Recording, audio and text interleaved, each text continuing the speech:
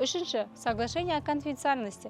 Бұл құжат сізге қандай мүмкіндік береді? Бұл құжат NDA деп аталады. Негізі бұл NDA деген құжатты барлық қарым-қатынастарда қол қою керек. Мысалы, сіз инвестормен, потенциальный инвестормен кездесуге бара жатсыз. Өзіңіздің бүкіл бизнес идеяңызды раскрывать етіп, презентовать етесіз.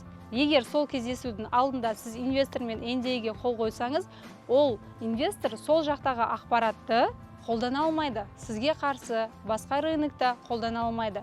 Сол сияқты тура солай сотрудникпен NDA-ге қол қойсаңыз, ол сіздің клиентский базаңызды ұрлай алмайды, бизнес моделіңізді сыртқа распространять ете алмайды, компанияның ішінде не болып жатыр, компанияның ішінде өзінің определенный коммерческий тайналарын, сізде рентабельность қандай, сотрудниктардың қарым-қатынасы қандай, сіз қайдан тауарды алып келіп, қанша маржа көресіз, сондай коммерческий тайнаның бәрін қорғайтын документ ол соглашение о конфиденциальности. То есть сіздің құпия ақпаратыңызды толықтай сақтайтын құжат болып табылады.